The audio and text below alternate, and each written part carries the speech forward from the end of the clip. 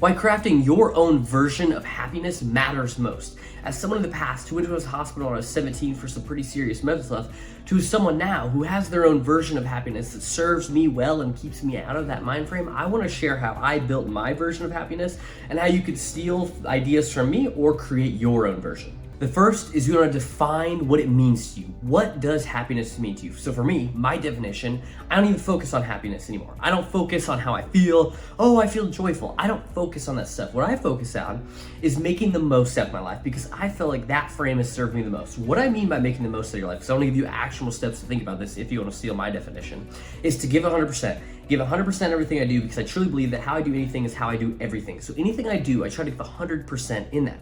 I also don't focus on joy. As I just mentioned, I don't focus on short-term happiness of, oh, I just got good news, or I feel great, I feel all elated and great, because I found that focusing on those emotions does not matter. I have to execute regardless of how I feel, so focusing on joy wouldn't really make sense when I'm trying to build a business, when I'm trying to make the most out of my life. So what's cool about my definition is that no matter if I've had a really shitty day, a lot of bad things happen, I always focus on how can I make the most out of my day? What can I learn? What can I still salvage from the day? How is this challenge actually going to serve me in the future? So I focus on not state happiness. State happiness is that joy you feel when you get that good news, but trait happiness.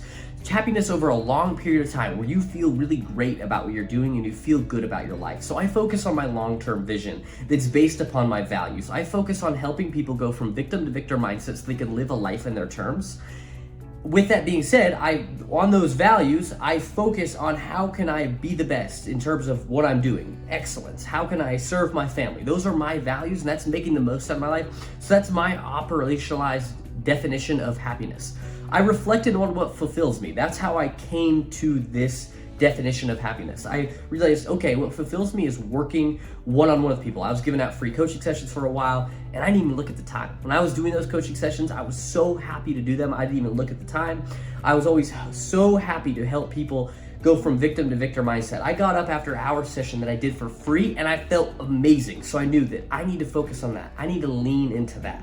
And I don't want to always do the sales and marketing related to that stuff. I don't want to do the sales and marketing that gets me the clients, but I know I enjoy the clients. So for me, it was focusing, okay, I got to do this sales and marketing because I'll get to something that fulfills me. And so what I've done is I thought about what is my ideal day. So my ideal day is getting up, going to the gym, and then working for a long period of time, accomplishing cool shit. And at the end of the day, spending it with people I love and care about. So that's my ideal day. So I try to make every day like that. So if you could do the same thing, just reflect, what does my ideal day look like? At first, you may think your ideal day is just lounging around all day. But if you do that for a day or two, you'll probably find that's not your ideal every day. So you want to try to figure out what is your ideal day that you want to do every day. And you may have seasons of this. What fulfills you today may change over time. Once you have kids, you may really focus on something else. Maybe you're starting a business. You're in the season of building a business. Maybe you're in the season of just having kids. So that is your focus. You should identify what fulfills you during that season. The second piece is it's time to build habits that align with your definition. So once I define, okay, making the most out of my life is what I'm going to focus on. I'm not going to focus on happiness. I'm going to focus on making the most out of life and making my impact. It was then time to start building habits around that. So I've thought about things that bring me daily joy. So when I say that, it's not really joy, it's just that it makes things that make me feel good. Like I said, crafting my ideal day. My ideal day is full of hard things. I do hard things like lifting, MMA, ice baths. None of those things are fun in the moment, but after them, I feel great. After a great sparring practice at MMA, I feel awesome. After an ice bath, getting that cold water, I get that natural dopamine release for the rest of the day, and I feel great. Working, overcoming challenges, all those things hurt in the moment, but after them, they make me feel great and they make me feel joyful. So it may seem paradoxical or weird. You're like, you're telling me to do things that I don't like to do, but then I'll feel better after. Yes, that is what I'm telling you. And that's what I found that works for me, is making the most out of my life. So then I set goals around those daily joy things. So I use sticky notes every day to build out the things that I want to do. I have quarterly objectives that are just posted right there for me, things that I am focused on. And then I have hourly, weekly goals. So what I do is I have a competition with myself. So instead of comparing myself to anybody else, I focus on the quality and quantity of my work. So I have the quantity of my work, of how many hours I've worked each week, and then the quality, I do a measurement, a percent measurement. Like, okay, I've been, at this quality or whatever, and I just continue to try to push that higher and higher. And as well as I'm building those habits, I prioritize and say no to things that do not serve me. I don't want to go to the random bingo nights. I don't want to go out and get drinks on a Friday and Saturday because it costs me too much with my goals. And yes, there are social repercussions for that. And that's okay. I have to pay those social prices for that, and you will too. There's not social laws you have to live by that, oh, I'm not doing anything on a Friday night, so I have to go out with my friends. No, you don't have to. And don't get me wrong, I do that stuff. I do that stuff from time to time. It's just I don't do it every weekend. I don't do it every day because it costs too much. And so there are social repercussions, not social laws.